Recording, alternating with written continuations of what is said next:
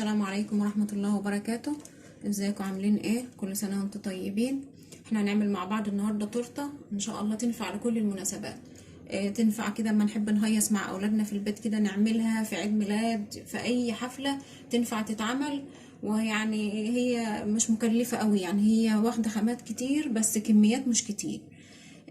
بصراحة النتيجة انا مكنتش متخيلة ان هي تطلع بالطريقة دي. انا تعبت فيها بجد يعني، فياريت تشجعوني كده وتدعموني وتكتبوا لي تعليق حلو كده، وتعملوا لايك للفيديو وتشتركوا في القناة وتفعلوا الجرس عشان توصلكوا اشعاراتي. وحابة اقول لكم كمان ان الخامات والحاجات اللي انا استعملتها دي كلها من عند الملكة كوين، قناة جميلة قوي، حلويات وتورتات وكل اللي تتخيلوا عندها. الخامات دي كلها من عندها، وبصراحة ما بتبخلش والله عليا، لا بمعلومة ولا بخامة ولا بأي حاجة. يا ريت تدخلوا على القناة بتاعتها وبرضو وأي حاجة هي بتبقى موجودة وبترد والله بكل ضمير. اتفضلوا بقى معايا كده نشوف التورتة اللي احنا عملناها ازاي. ونبدأ بسم الله. معانا بقى عشان نعمل التورتة الجميلة اللي احنا شفناها دي، ده ربع كيلو دقيق سبونج، عليه 3 بيضات، وعليه ربع كوباية مية، ومعلقة محسن جل بتاع الكيك. طبعا احنا هنعمل 2، هنعمل واحد فانيليا وواحد شوكولاتة.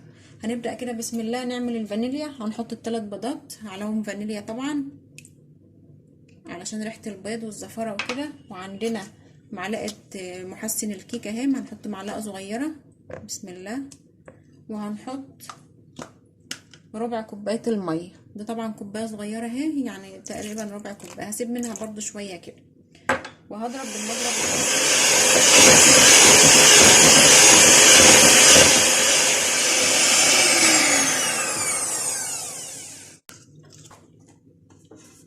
شايفين السبونج بتاعي بعد ما اتعمل بقى شكله ازاي؟ ما شاء الله طالع جميل وهش وحلو قوي.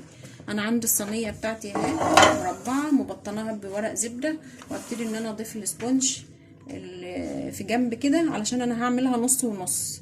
يعني انا هعمل بجيبها كده بالجنب عشان ابين لكم. انا هحط ده في النص الصينيه، وهعمل السبونج بتاع الشوكولاته في النص التاني عشان اعملها نص ونص. هنزل كده وافرده في الصينيه كويس. الفانيليا اهو في نص القالب بتاع الكيك، وهبتدي ان انا اعجن اخلط التاني اللي هو بتاع الشوكولاته بنفس الطريقه بالظبط. احط الاسبونج الشوكولاته مع 3 بيضات مع معلقه صغيره محسن مع ربع كوبايه ميه، وهخلطهم وهاجي اوريكم احنا بنضيفهم ازاي على في الجزء التاني بتاع الصينيه. شايفين دي السبونج بتاع بعد ما عملت اهو، اللي هو انا عامله دلوقتي ربع كيلو دي سبونج كاكاو وربع كيلو دي سبونج ابيض، وحطيتهم ضربتهم زي ما قلت لكم وشفتوا الطريقه، وحطيتهم في الصينيه نص ابيض ونص كاكاو. وطبعا انا من ساعه ما بدات الضرب وانا شغلت الفرن على درجه حراره عاليه. هدخلها على درجه حراره عاليه وبعدين اهدي النار خالص. هتاخد تقريبا ساعه الا ربع، وهنوريكم بقى ازاي هنشكلها وهنزوقها. دلوقتي مقادير الجناش اللي هنستعمله في تزيين التورته. عندي دي نص كوبايه ميه هحطها في حله على النار بسم الله، وهدوب فيهم معلقتين كريمه خام،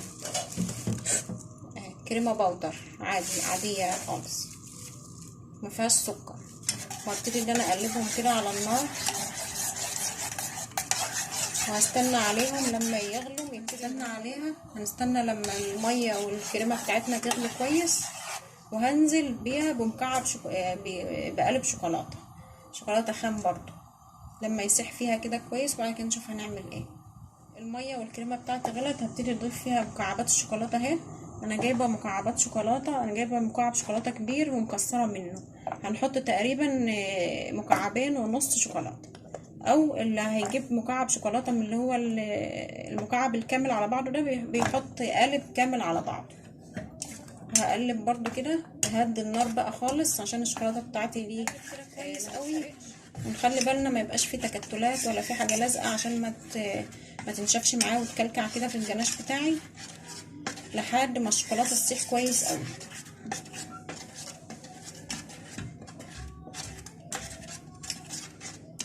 شايفين اللمعه بتاعته وشايفين طريقته سهله وبسيطه. الطريقه دي سهله قوي، ممكن تستعملوها في تزيين الكب كيك، تستعملوها في الدوناتس لو حابين تعملوا دوناتس وعايزين له جناش او صوص شوكولاته.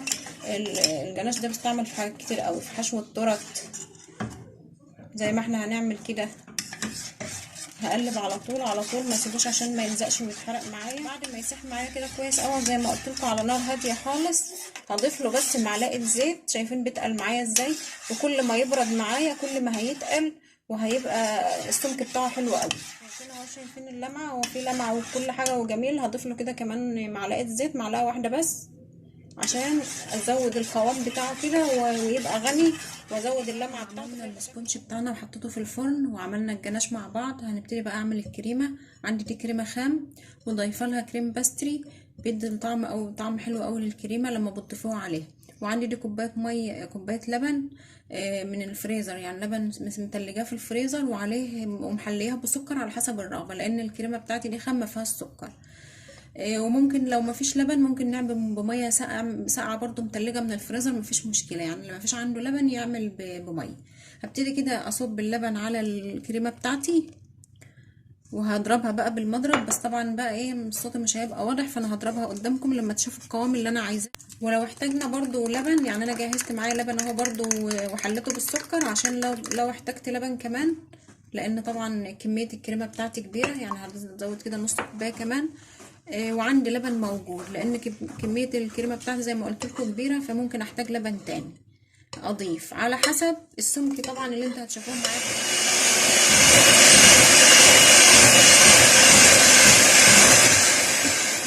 خلطناها وضربناها بقت شكلها جميل وزادت وبقت يعني طعمها جميل قوي بصراحه. دقتها طعمها جميل قوي. هحطها في التلاجة لحد السبونج بتاعي ما اطلعه من الفرن، وهقلبه كده واسيبه لما يبرد خالص، وابتدي بقى ان احنا نزين مع بعض التورته ان شاء الله.